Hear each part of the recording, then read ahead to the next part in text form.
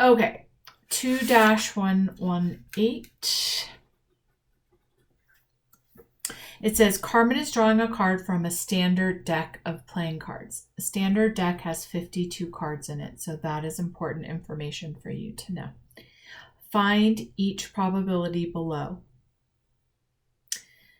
What is the probability that she will draw a heart? So there are 4 suits in a deck of cards. 1/4 of the cards are spades. 1/4 of the cards are diamonds. 1/4 of the cards are clubs. And 1/4 of the cards are hearts. So half of the deck is red and half of the deck is black. Those are all very important things that you need to commit to your memory. All right, so the first question is, what is the probability that she will draw a heart? So we know that 52 divided by 2 is 26. So that means there's 26 red cards and 26 black cards.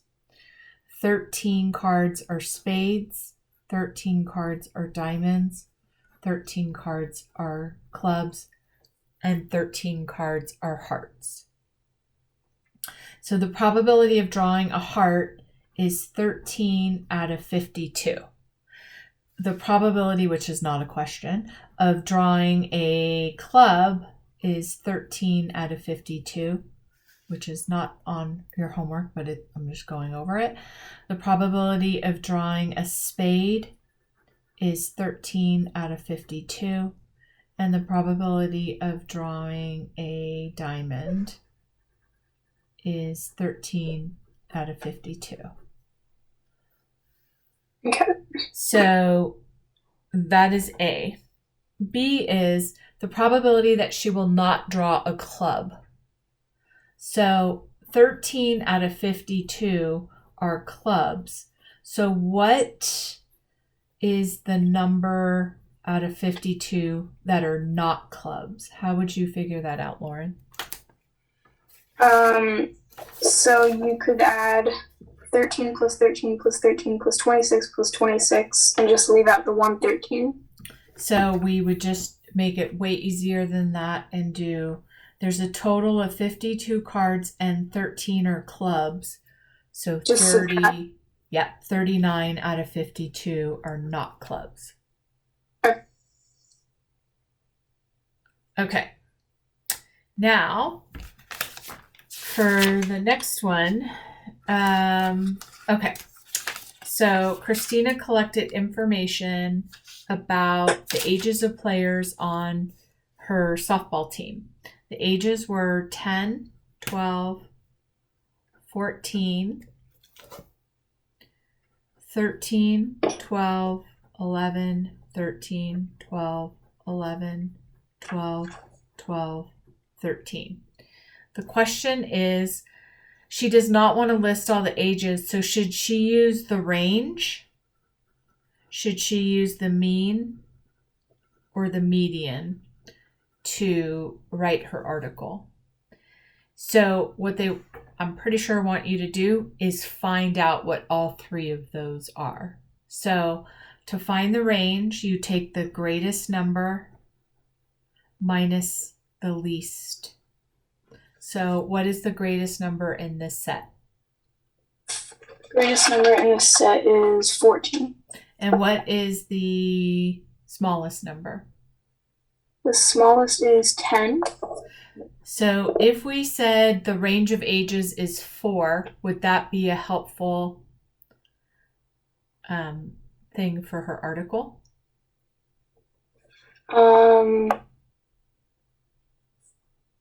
Yes, I think so. So if I said there's a softball team and the range of the ages is 4? Will maybe be more exact. Yeah, so the range would be good if you included the range of like 10 to 14, but that's not what a range is. The range is just 4. So I don't know if they mean that you can do both of those.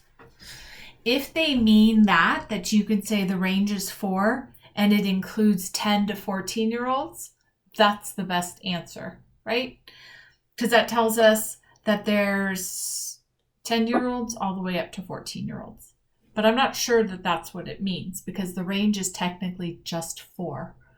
So you can write exactly what I just put. This would be the best if you can also include the ages 10 to 14. So write all that down, and then I'm going to find the mean by adding all of this together and then dividing by the number of numbers. And I already did that, but let me just double check it. So there's going to be a little blank error right now on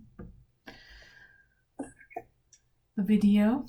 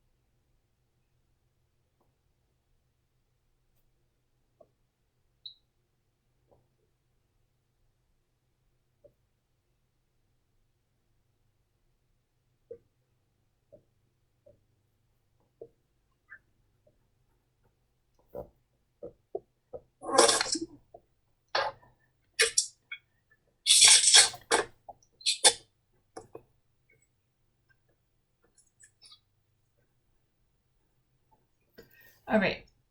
So the mean is adding all of those together, 10 plus 12 plus 14 plus 13, blah, blah, blah, blah, blah. It equals 145. There are 1, 2, 3, 4, 5, 6, 7, 8, 9, 10, 11, 12 numbers. So you're going to divide the total by 12. And you're going to say 12.08 or 12 years old. Does that give you an accurate reflection of the people that are on the team?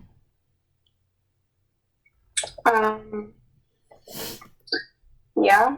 It doesn't say everyone, it's just one number. Okay. And then the median, we're going to put the ages in a row from least to greatest. So go ahead and do that.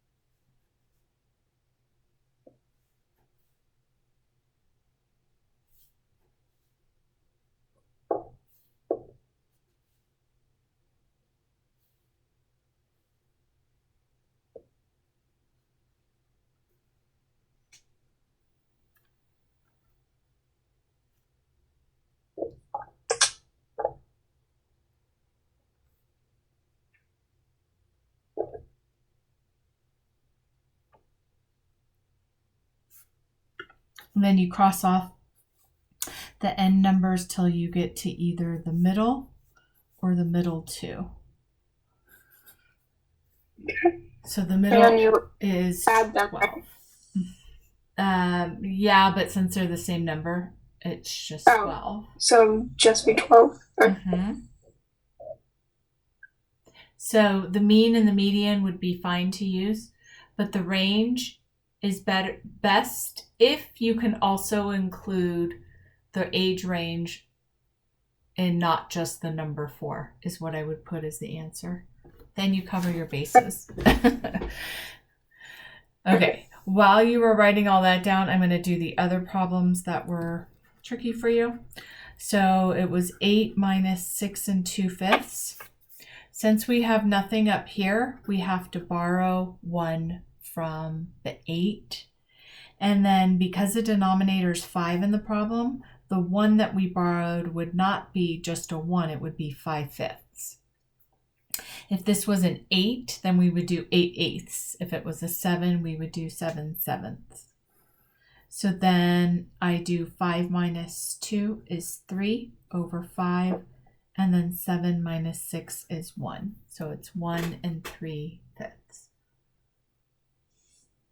Okay. All right, the next one that you had a little bit of a tricky time with was they gave us 234 and 31. So you're just going to find two numbers that when added together would equal 31. So we can start with 15 and 16. When you multiply those together, does it equal 234? No. So then we're close. We're going to try 14 and 17. When you multiply 14 and 17, do you get 234? No. So now we're going to do 13 and 18. When you multiply 13 and 18, do you get 234? Yes. So this is 13 and this is 18. Does that make better sense now, Lauren? Yeah. Okay. Then the other one was 7 and 5/8 plus 2 and 9/16. So we find a common denominator, which is 16. And then we change these. And then we do 10 plus 9 is 19 over 16. And then 7 plus 2 is 9. This is an improper fraction, so we have to change it to a mixed number by doing how many times does 16 go into 19? 1 time. What's left over? 3 over 16. And you add this together with this, and it becomes 10 and 3/16. Any questions on those, my darling? No. All right. Now could we work on 2.3.2 number 2-124 to 2-129? And I was having a little bit of trouble with graphing. I know like the basics to it, but we did let's see what it was.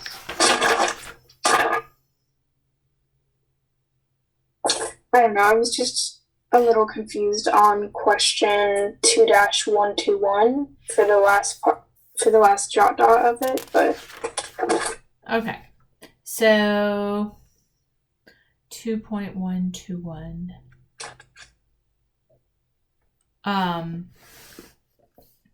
Okay, so on day 3, they sold 3 smoothies. So I'm not gonna be able to show both of these very easily.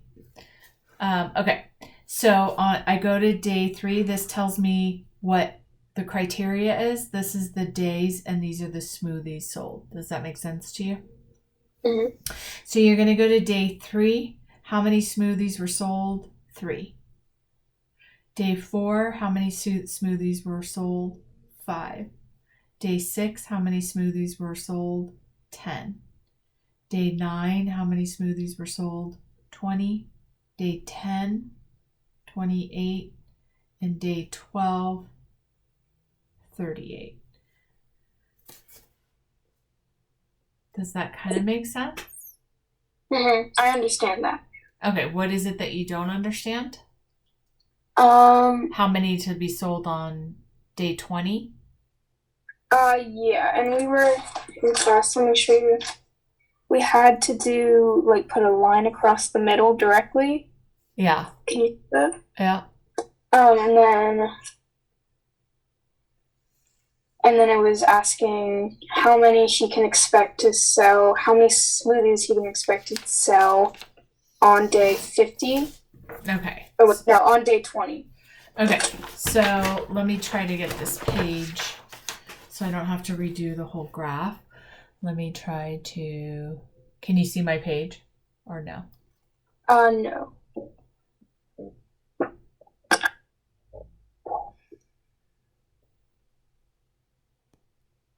Okay, so what you're going to do is you're going to follow this line off the page, and then you're going to follow this all the way up. You should do this on graph paper. What I'm doing is not a good idea. We did this in class. I think I was confused. Now I kind of understand more now that I look at it. We drew the... Yeah, 20. So you're just gonna, it's following the same pattern. So this and this and this and this and this is all gonna line up. And then I just have to figure out, this is going up by 2. So this is gonna be day 14, 16, 18, 20. So we're looking at this line here. And then we would see how much this goes up. And it's going up by 10. So this is 48, 58, 68, 78, 88, all the way up. So if I drew my graph correctly, it would be 98. Is that what you guys got in class? We did not get 98. We got, she said it could be between like 40 and 50, and I got 50 smoothies, about 50 smoothies on day 20. I don't know. I think we just did something different, I guess. That does not make sense. On day 20? Yeah. Are you sure you didn't misunderstand it? I think so, because she said I was correct. Well, we did, we graphed it. So let me just check it. Let me just check it by not graphing it. So on day 3, they sold 3 smoothies. On day 4, they sold 5. On day 6, they sold 10. On day 9, they sold 20. On day 10, they sold 28. And on day 12, they sold 38. So if this is plus 2, plus 5, plus 10, plus 8, plus 10, this is starting to be plus 10. So I just kept going with plus 10. Okay. So on day 14, yeah, so if she gave you a pattern, but if I just follow this line all the way up, by the time, and it stayed consistent like this, it would be like 98, because this is going up 38, 48, 58, 68, 78. I think it's 88, actually. I should have just used graph paper and graphed it out, but okay. Okay. Well, we went to the 20 mark after we made it. Yeah. And then we went straight up to about the middle, because we drew a line about, like, in the middle. And then when we went... So your line is correct, but that's not 20 smoothies. 20 smoothies would mean that there was a dip in sales and it would be all the way back down to day 9. So your graph shows 20. What it would mean is on day 20, you would have a dot right here. I can't see it. Your dot would be here again at 20 smoothies. Okay. So your line is correct. We did it from the bottom, or from the x-axis. Yeah, but your line is way up here, right? And if your line is way up here, that's like 88 smoothies. So your line is correct. You did do that correctly. It's just... Oh, well, we did, to go up, we multiplied by 4. Or no, we added 4 every time. So we did 4, 8, 12, 16 Okay. going up. Okay. I think she said to do that to make it simpler. Okay. Yeah, then I can't help you because I got 98. Because there's Okay. no way that your line way up here on day 20 is 20 smoothies. So, Yeah. Okay. yeah. So, All right. okay. All right. So you want 2 I don't think we'll have time to do. I think I should just get my homework done now. I think we should do that, and then tomorrow I have a closure. Okay. We don't have to get that done, but maybe just like a quick review at the end, if we have time. So you don't want me to do this? You want me to just do a closure? No. I think we should do homework, and then if we have time, maybe closure. We have We'll 9 minutes left, so let's just try to get as much as we can done. So 2.124 is this problem right here, right? Troy is a fan of baseball. Okay. And his favorite player is Mo of the Minnesota Triplets. Troy made a table displaying how many home runs Jay hit during his first 5 seasons. Graph Troy's data. Okay, let me get graph paper. We're not messing around anymore with that pretending off the page thing. Okay. Okay, so we have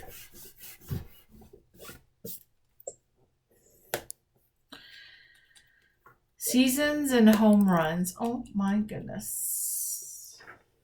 So we're going to put seasons down here, and we're going to put home runs here. Okay. And we're just going to go up by 1. So this is 1, this is 2, this is 3. Okay, I don't know what's happening. 4, 5, 6, 7, 8, 9, 10, 11, 12, 13 is our biggest number. And then this is season 1, season 2, season 3, season 4, season 5. So on season 1, he hit 6. So we're going to go to 1. We're going to plot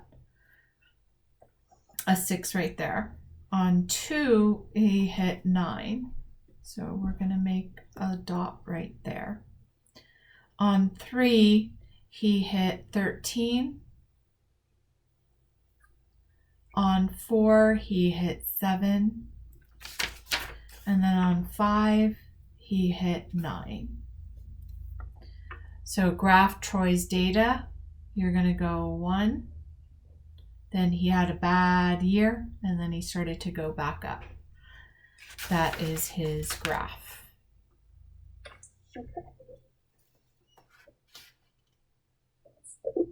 This is being recorded, right? Yes. Okay.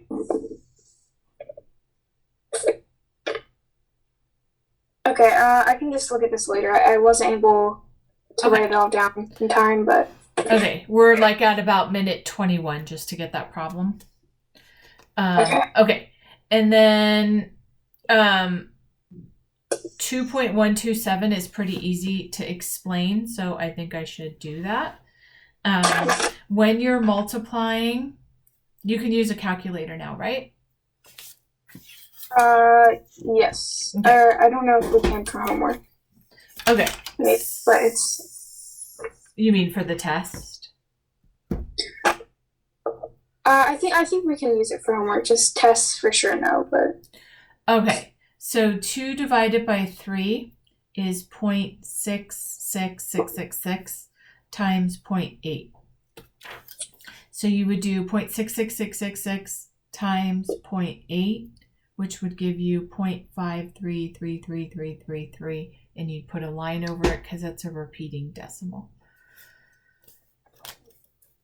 If you had to do it by hand, you would do denominator on the outside and numerator on the inside. You would add your 0 because 2 does not go into 3. So you add your decimal. How many times does 2 go into 30? Oh, wait.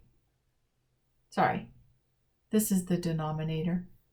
And this is the numerator. So how many times does 3 go into 2? It doesn't. So you add your decimal and your 0. How many times does 3 go into 20? 6 times. 6 times 3 is 18. And then you see it would just become a repeating decimal. Then you would do 0.66 times 0.8. You would do the math like normal. So 6 times 8 is 48. You put the 4 here, you put the 8 here. 6 times 8 is 48, 49, 50, 51, 52. And then you count in how many decimals, 1, 2, and another one. So 2 decimal places here, 1 decimal place here. So you go in 3 from the back of the number, 1, 2, 3. The answer is 0.528. The reason why it's a little different is because we have a little bit of a difference because we're not doing 0.66666. We just did 0.66. Okay. The next problem is multiplying fractions. It's B. It's 4/3 times 3/7. You just multiply across and simplify. Or if you know how to cross cancel, you can just cross cancel. Do you know how to cross cancel? Do you do simplify the across? So what do you think you would do? Are you saying like if 3 goes into 3, you can simplify it to 2? So what would you get if you cross canceled this?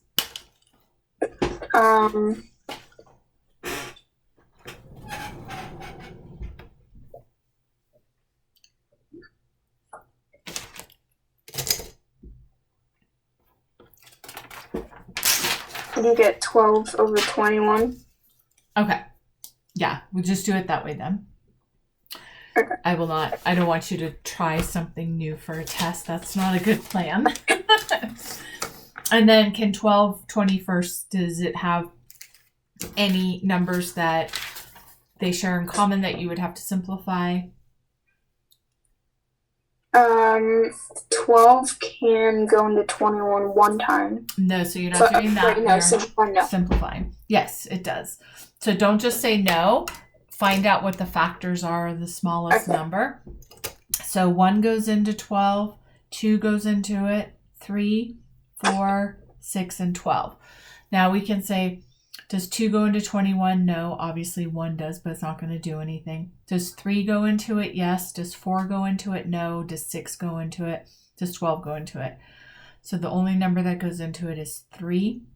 So it'd be 4/7.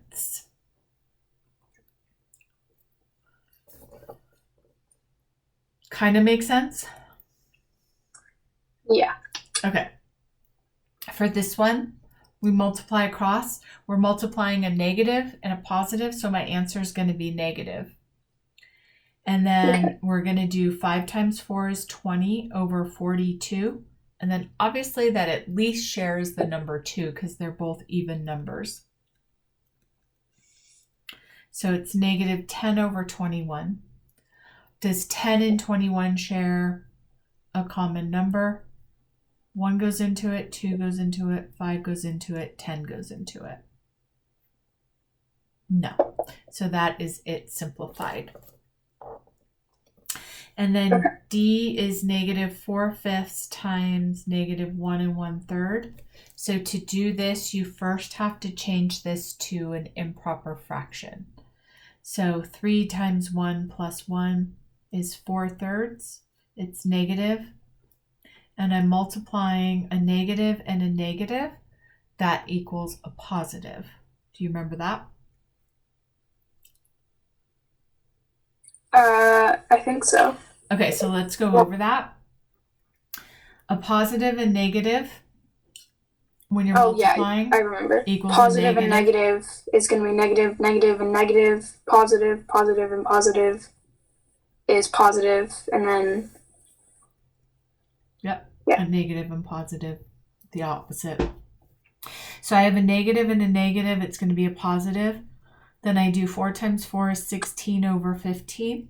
To simplify it, it's an improper fraction, so I have to change it to a mixed number. 15 goes into 16 one time. What's left over is 1 over 15.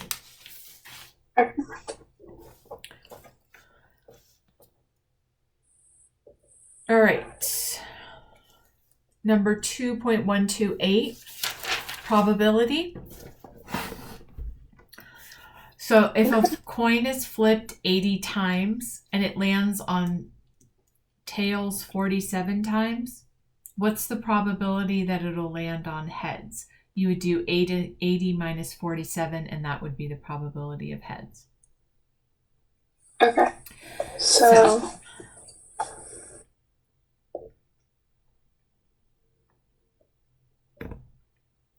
a bag contains purple and orange marbles. Sam randomly takes one marble and then returns it to the bag. He does that 18 times. 12 times there's an orange. What is the probability of, this is a stupid question. What is the probability of green? It's 0 because it only contains purple and orange. So the probability is 0. We have had a lot of questions like that. Okay. Does that make sense? Yeah. Okay. Sarah pulls a card from a standard deck and then replaces it. There's 52 cards in a deck. She does it 30 times, and 40% of the time she gets hearts. What is the probability that she won't get hearts? So do you do 52 minus 40? So 40% are hearts. So you're going to do 52 times 0.40. It's going to be 60% because 100 plus 40. But if you want to find out what that is, you could do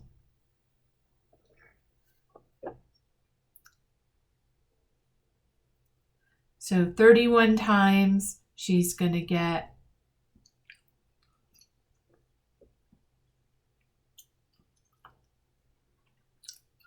30 times. Okay, hold on one second. So 52 times 30 times